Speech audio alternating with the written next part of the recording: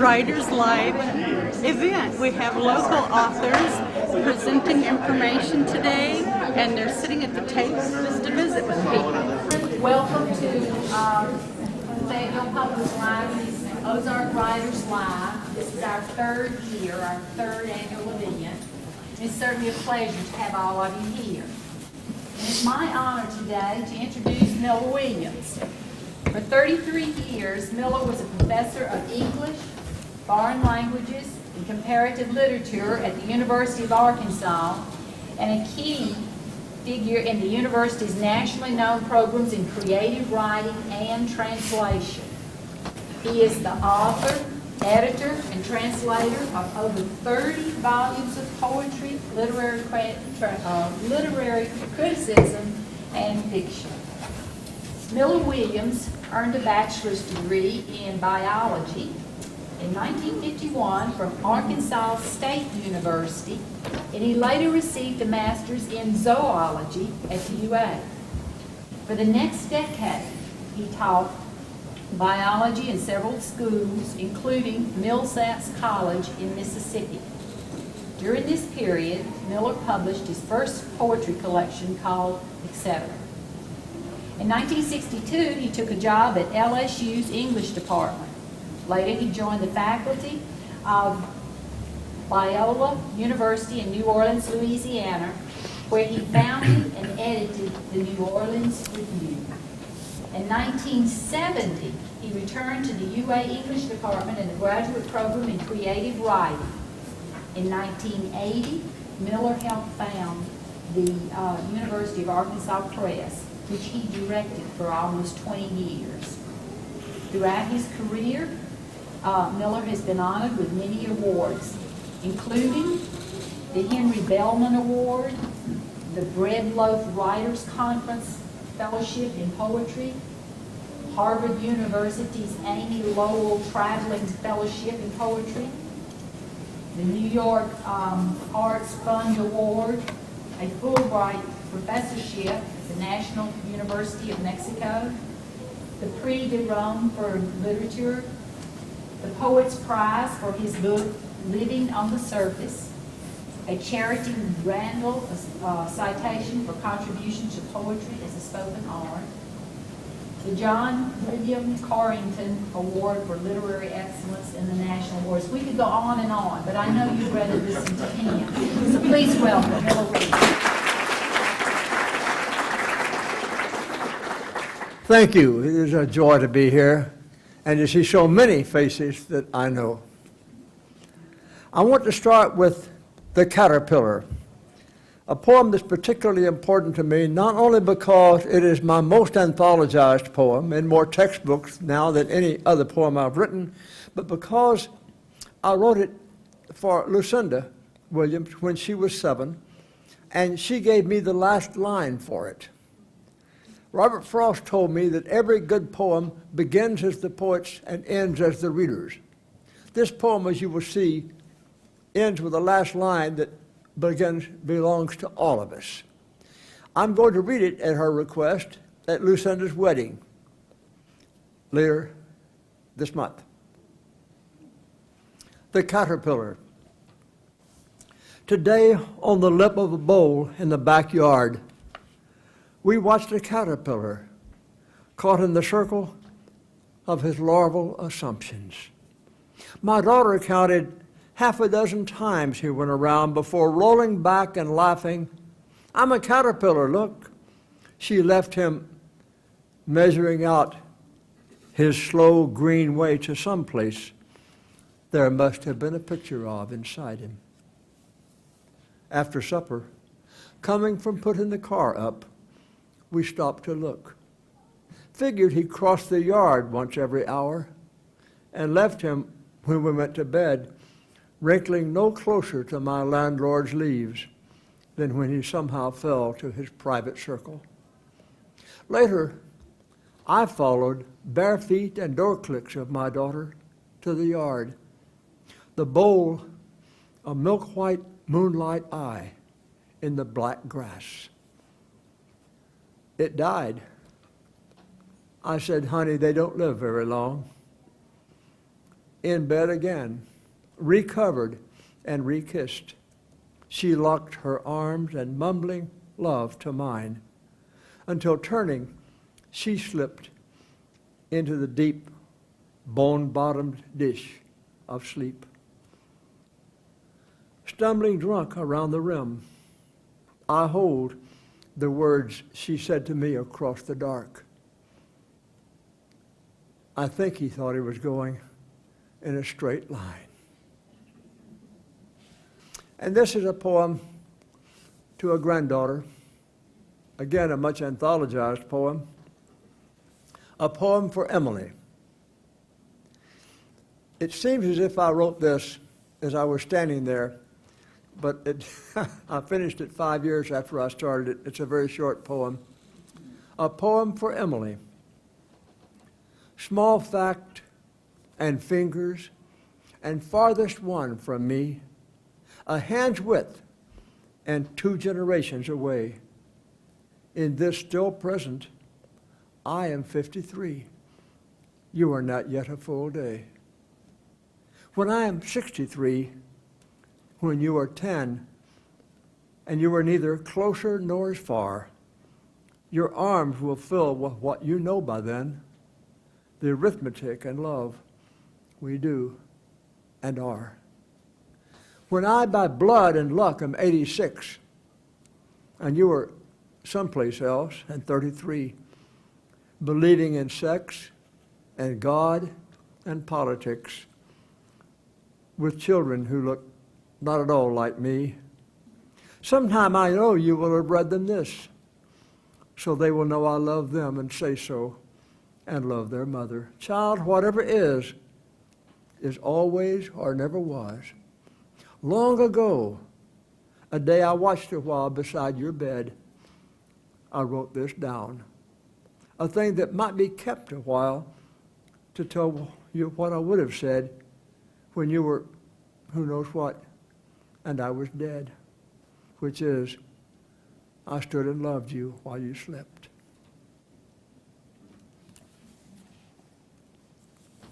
And this is to I'll get away from all these kids later, but this is to her brother, Reuben. Catch with Reuben. You took for gospel what I said, holding the glove in just the way I said you should. Knowing I never could teach you enough, I thought that when you understood how carelessly moments disappear, your mind might hold from a distant year of fading day and us still here. No matter that your legs are short, your arms are small, it will all be right in time. This arm that never threw a ball far enough to make a team if more than 9 came out to play, threw one into your hands today from nearly 60 years away.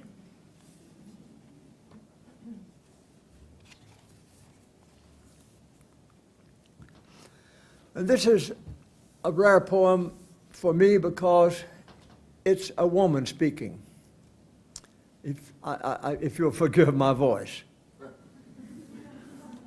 Ruby tells all.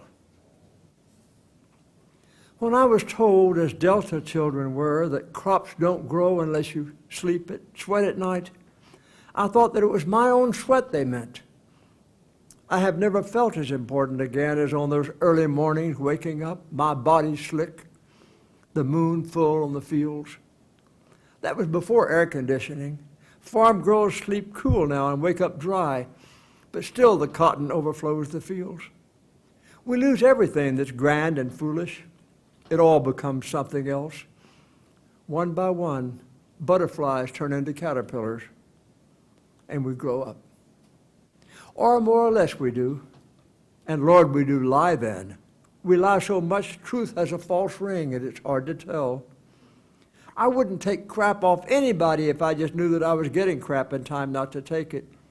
I could have won a small one now and then if I was smarter, but I've poured coffee here too many years for men who rolled in Peterbilts.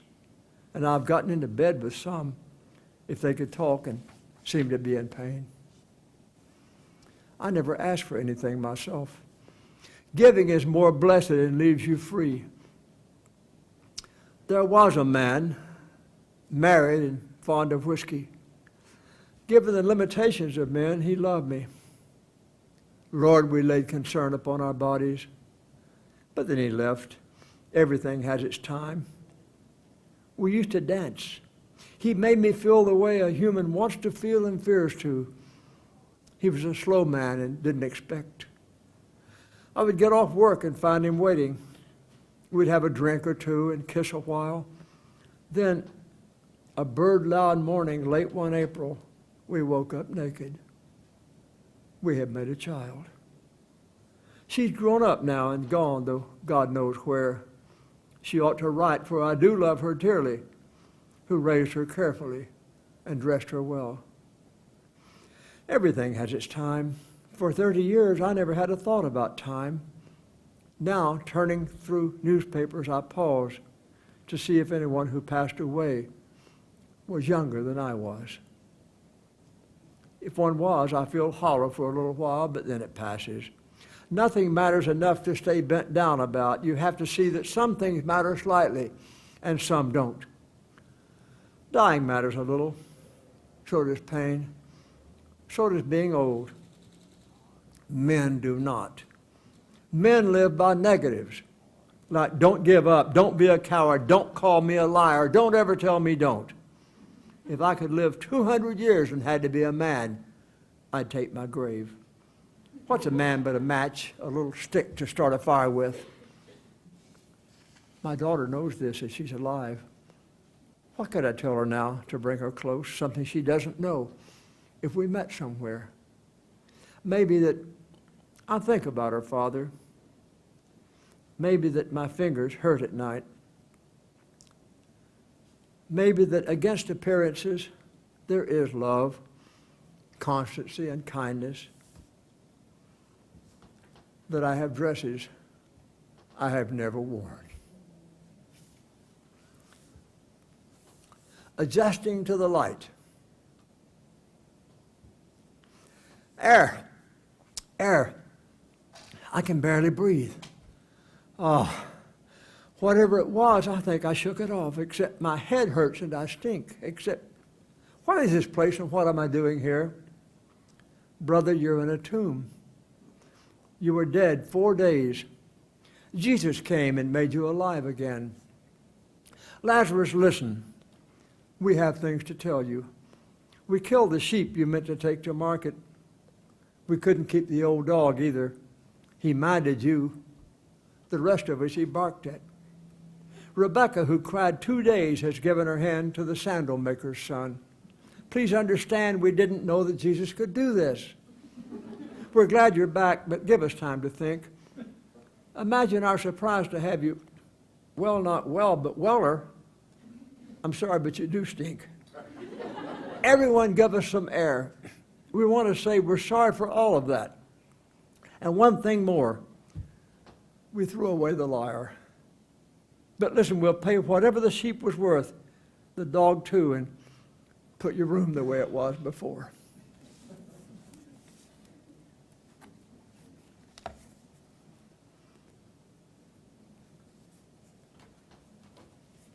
Personals.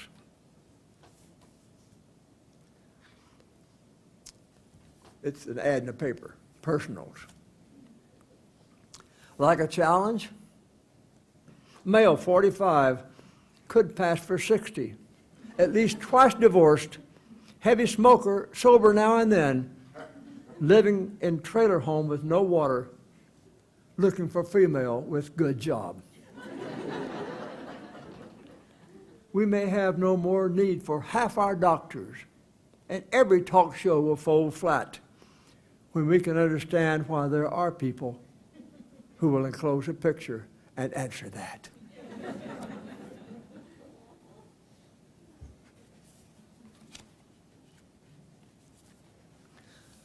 Compassion. Some of you will know this poem. It's on a wall in a restaurant in town. Compassion. Well, it's in the library on stone, actually. Have compassion for everyone you meet, even if they don't want it. What seems conceit, bad manners, or cynicism is always a sign of things no ears have heard, no eyes have seen.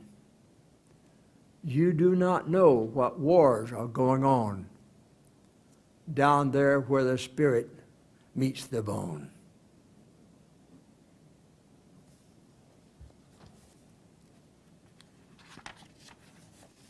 That's about all of us, too. As you both shall live.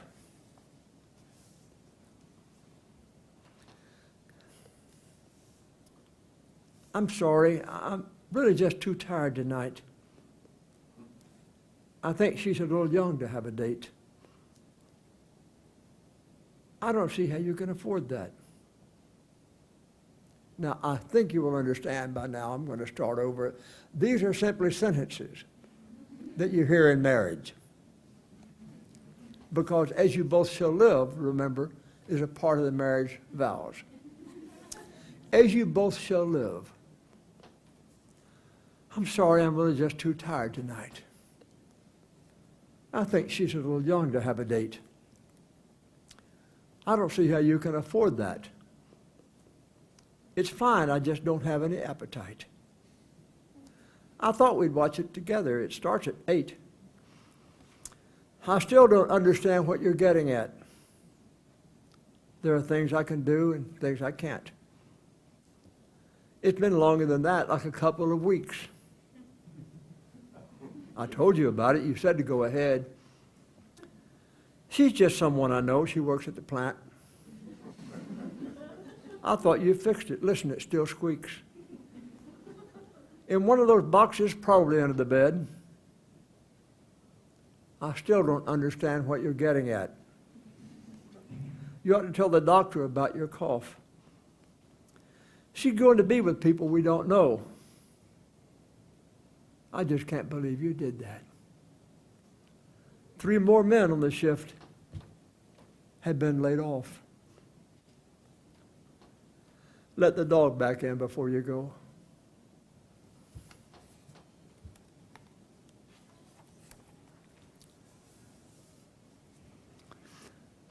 This is, speaking of dogs, this is called Listen. And I won't ask you how many of you have dogs and care about dogs, because almost every hand in the room would go up. Listen. I threw a snowball across the backyard. My dog ran after it to bring it back. It broke as it fell, scattering snow over snow. She stood confused, seeing and smelling nothing. She searched in widening circles until I called her. She looked at me and said as clearly in silence as if she had spoken, "I know it's here, I'll find it." Went back to the center and started the circles again. I called her 2 more times before she came, slowly, stopping once to look back. That was this morning. I'm sure that she's forgotten. I've had some trouble putting it out of my mind.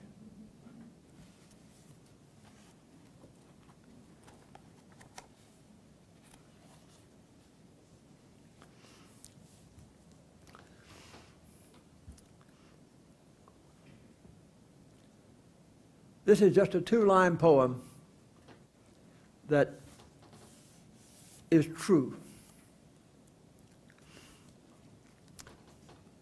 My wife reads the paper at breakfast on the birthday of the Scottish poet. "Poet burns to be honored," the headline read. She put it down. "They found you out," she said.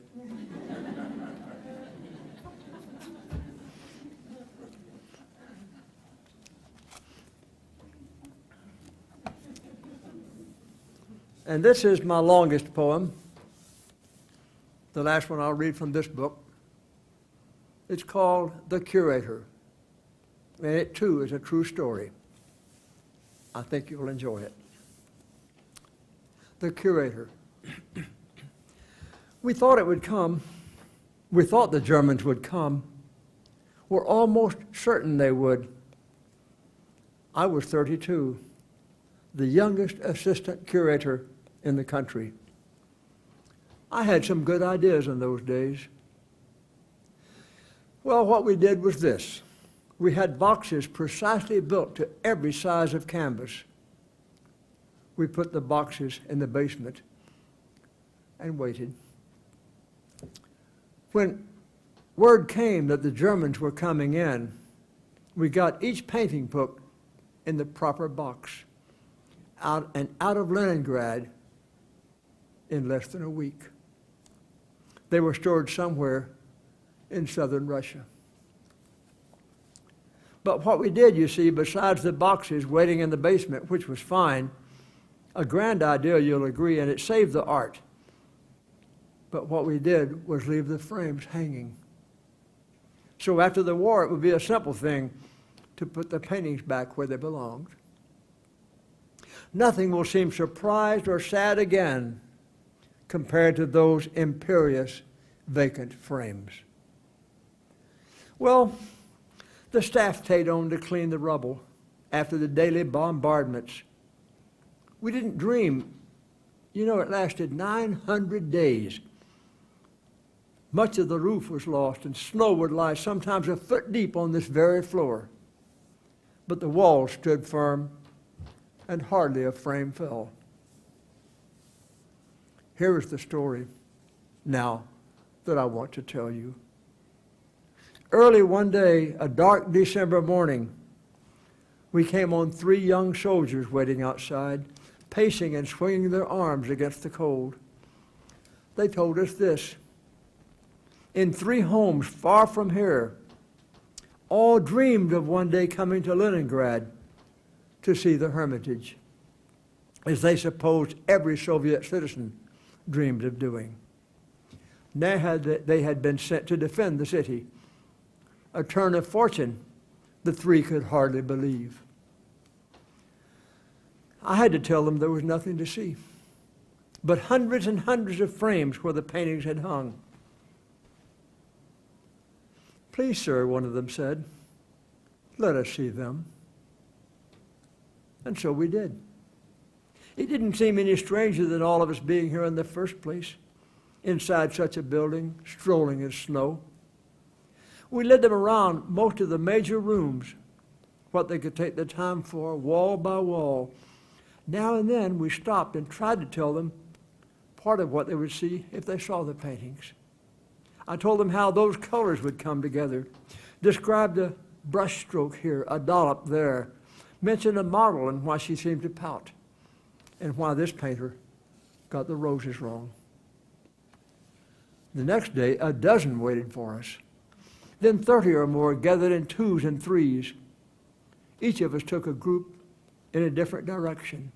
Castagno, Caravaggio, Bruegel, Cézanne, Matisse, Orozco, Manet, Da Vinci, Goya, Vermeer, Picasso, Uccello, Ure, Whistler, Wood, and Gropper. We pointed to more details about the paintings, I venture to say, than if we had had them there. Some unexpected use of line or light, balanced or movement, facing the cluster of faces, the same way we'd done it every morning before the war, but then we didn't pay so much attention to what we talked about. People could see for themselves. As a matter of fact, we'd sometimes set our lines as if they were learned out of a book, with hardly a look at the paintings. But now the guide and the listeners paid attention to everything. The simple differences between the first and post-impressionists, romantic and heroic, shade and shadow. Maybe this was a way to forget the war a little while, maybe more than that. Whatever it was, the people continued to come. It came to be called the Unseen Collection. Here is the story I want to tell you. Slowly, blind people began to come. A few at first, then more of them every morning, some led and some alone. some swaying a little. They leaned and listened hard. They screwed their faces. They seemed to shift their eyes, those that had them, to see better what was being said. And a cock of the head. My God, they paid attention. After the siege was lifted and the Germans left and the roof was fixed and the paintings were in their places, the blind never came again. Not like before. This seems strange, but what I think it was, they couldn't see the paintings anymore. They could still have listened, but the lectures became a little matter of fact. What can I say? Confluences come when they will, and they go away. That's what I'll read from that book and my most recent book, Time and the Tilting Earth. I have just a few to read. I want to tell you before I do about my changing from biology to English. It's a delightful story because I know all of you care about literature and you know the work of Flannery O'Connor. When I was teaching at Millsaps College, where incidentally Jim Whitehead was a student of mine, and I was teaching biology. He took a course just because everybody had to take one. And his sweetheart, again, came down to visit him every once in a while, so I met them both. And Flannery O'Connor, who lived not far away, about 30 miles, came over to give a talk and a reading there. We met and took a liking to each other. And every couple of weekends, I would drive over and to her farm, and we would visit. I would read her short stories in the making, and she would read my poems. And she let my 5-year-old daughter, Lucinda, play with her peacocks. And she thought it was interesting that I was teaching biology, but I only had 3 hours of freshman English because when I was in Hendricks in 48, the end of my first semester, I was majoring in English and foreign languages. The head of the psychology department called me in and said, "Mr. Williams, your aptitude test," which everyone coming in had in those days, "your aptitude test show that you have absolutely no verbal aptitude. And if you don't want to embarrass your parents, you must change your major to the hard sciences immediately." Well, I was taught to respect authority, and I dropped my major and changed to a double major in chemistry and biology, and I still only have those 3 hours of freshman English. But of course, all my career I read English instead of science and other languages. And when I said, "Flannery, you know, you call them short stories, but I just think they're long poems." And she said, "You call them poems, but I just think they're short stories." And we had a lot of fun together. But then LSU advertised in 1962 for a poet to teach in their writing program and some English classes. And Flannery wrote them and said, "The person you want is a professor of biology at Millsaps College." They couldn't believe it, of course, but they couldn't ignore Flannery O'Connor. So they wrote me and said, "Okay, send us something." And I sent them some poems and an essay and a couple of short stories, and they called and said, "When can you get here?" And I went there in '62, and in my first class, outside the writing program, I taught freshman English also, and because I'd had a course in it. And in that class was a young woman named Rebecca, and she's been my wife ever since. So that Flannery did more for me than she thought. But I wanted to just tell you this between those two books because she did so much to make me what I am and let me do what I do, that I simply had to do the best I could to have her stand up here with me. This is this book has two things that the other books don't have much of. It has not only a good deal of my the images and the metaphors draw upon my scientific life, but also it has a little bit about getting older. That won't surprise you. He gets around to answering the old question. He doesn't see as well as he thinks he remembers. His fingers sometimes find it hard to bend. He often can't find the name to go with a face. Sometimes he doesn't hear, but decides to pretend. Weekends, week by week, are closer together. Sometimes he has to sit down to put on his pants. No lady seems to mind if he calls her honey, never grins nor even throws a glance. Sometimes he's told himself what all this means. Quote, every year some more of me is dead, but there's a lot of stuff still left to collapse. He started to laugh, but talked to himself instead. Think of yourself as a plumbing system, a clock. As soon as you're done, you start to come undone. It's almost interesting when you pay attention how working parts stop working one by one. So now you've asked me the oldest question of all. You want to know how I'm doing. I told you before, I'm dying. Been at it for years. Still, I think I could hang a few more calendars on the door. I saw some of you nodding and smiling more than others. Quatrain to an old friend. You say you want to discuss the nature of things? Let's talk about how everything came to be. Every male mammal has nipples. Could you please explain that to me?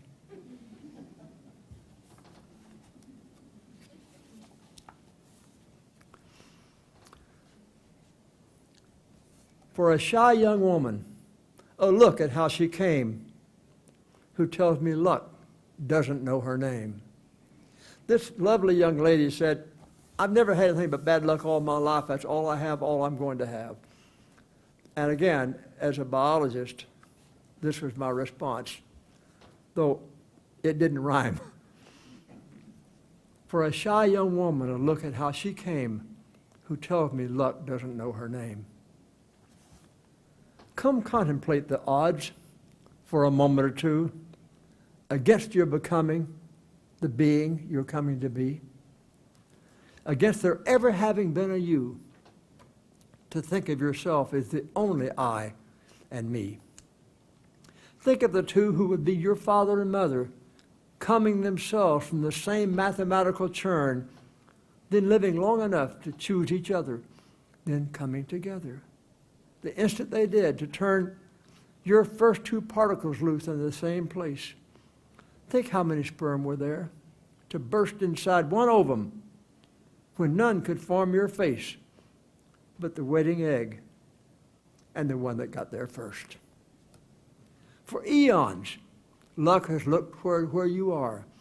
In every generation, since sex was the key, a small doorway to you has been left ajar, so one who was no one else could come to be.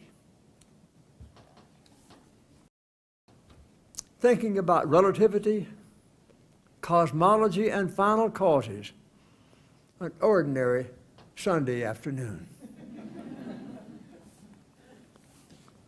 So say there was a beginning. When then and how? So if there was nothing before there was anything, where was there nothing? And where is nothing now? Well, nothing is lying next to what we know, that being next to nothing. Nevertheless, we know that questions of matter, time, and space are equally answered, no way at all, and yes. While we can barely believe that what is can be, there never can be nothing. Two truths at once, simple and impossible to see. Hard as it is to conceive of infinity empty, the world we see and hear, taste and touch seems just as unlikely, no matter that we're here, certain only that we're not certain of much. I touch and see and hear and taste and smell the world that seems to be. For all I can tell, time passes, the sun is a young and mid-sized star. Earth and the atom are real, and so are we, and you still make it matter that we are. That was a love poem.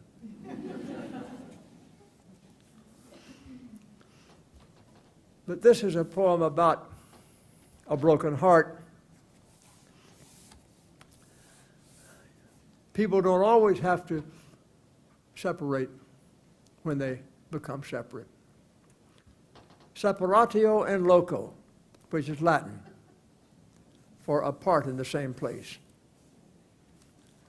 He lives all alone now in the home they bought, and finally seems to be managing, more or less. Not the way he was, of course, with her, who lives alone now too, at the same address. I'm sure you've known such people.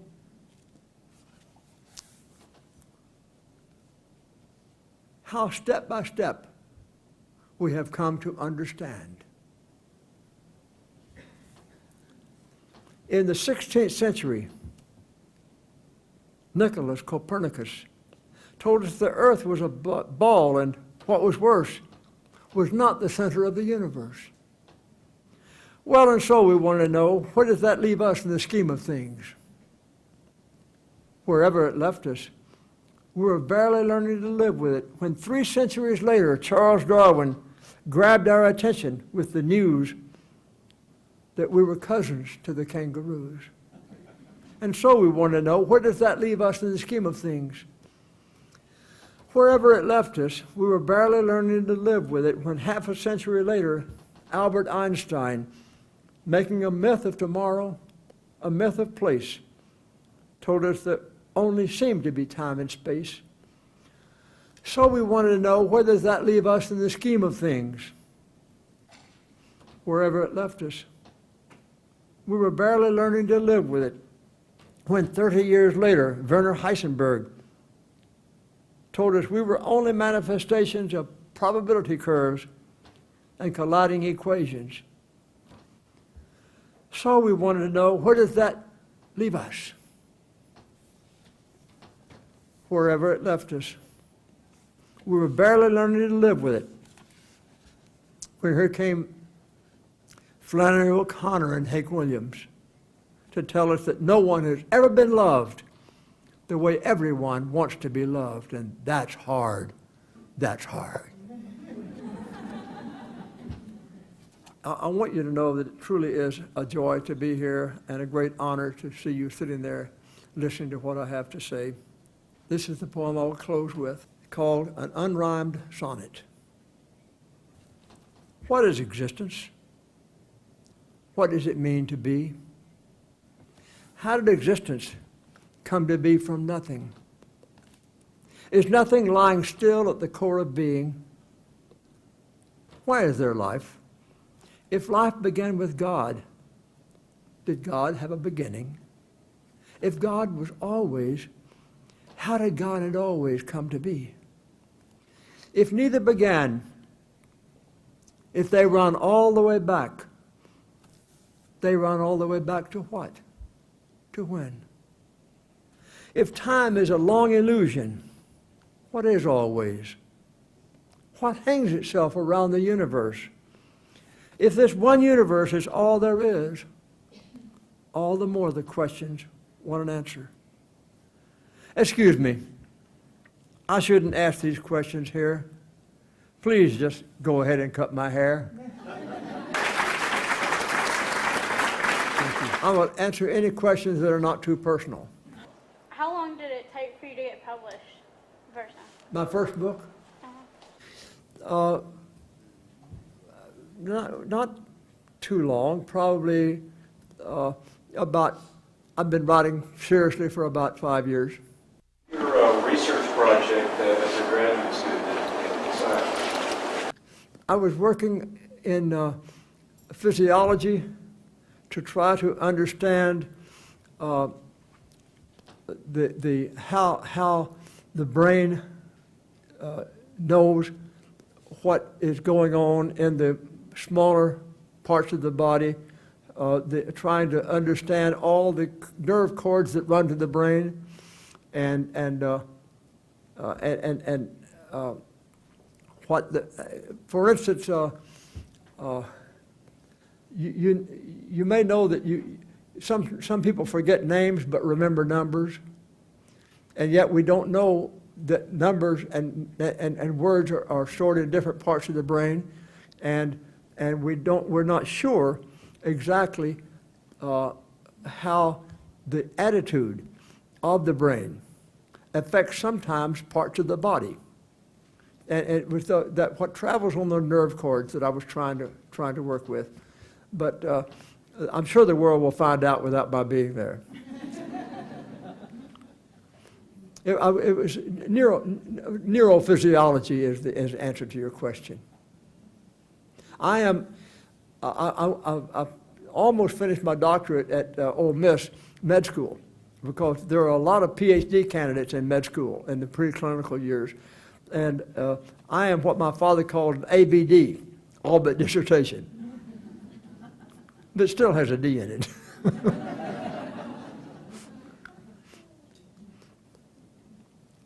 Well, that's fine. If you don't have any further questions, it won't hurt my feelings. I'll just think that you're stunned.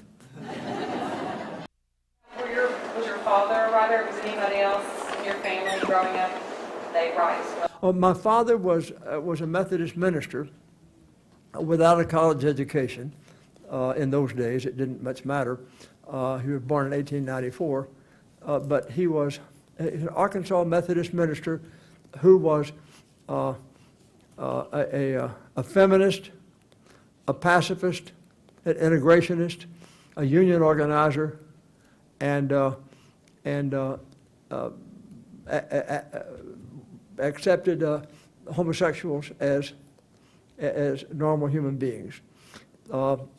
In fact, I had a brother who was a Methodist minister and didn't realize that could no longer deny that he was gay, and told his wife, they had 2 children, he said, "Honey, I have to tell you, you better sit down." She said, "What is it?" He said, "I'm a homosexual." She said, "I know." He said, "Why didn't you say something?" She said, "It was for you to say something, honey." And so they got a friendly divorce and shared custody of the children, and he left the ministry and went to my parents. And my father, as you know, as I told you, was a Methodist minister. He went in and he said, he was just in his late 20s, he said, "You better sit down, I have something to tell you." And they did.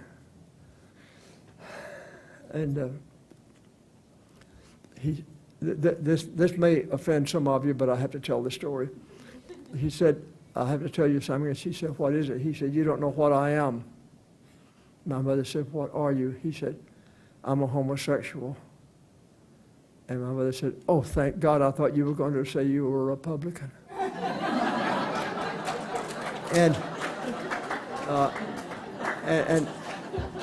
that he didn't live long. He's gone now, but I thought it was just too much poetry in that story not to share it. I apologize to any Republicans in the audience, but I had to share it with you. Well, thank you very much.